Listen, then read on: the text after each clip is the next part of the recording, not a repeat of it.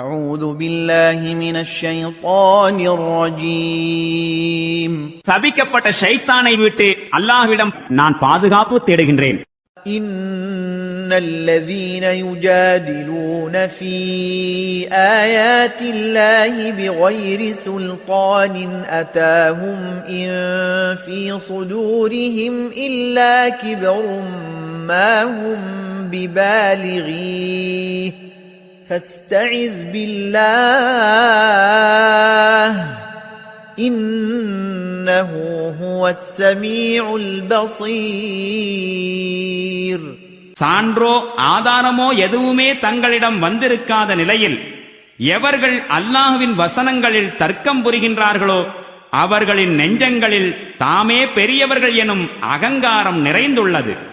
ஆனாலும் அவர்கள் அந்த பெருமையை அடையப் போவதில்லை. எனவே நபியே, அல்லாஹ்விடம் பாதுகாப்பு தேடிக்கொள்வீராக. திண்ணமாக அவன் அனைத்தையும் பார்ப்பவனாகவும் கேட்பவனாகவும் இருக்கின்றான்.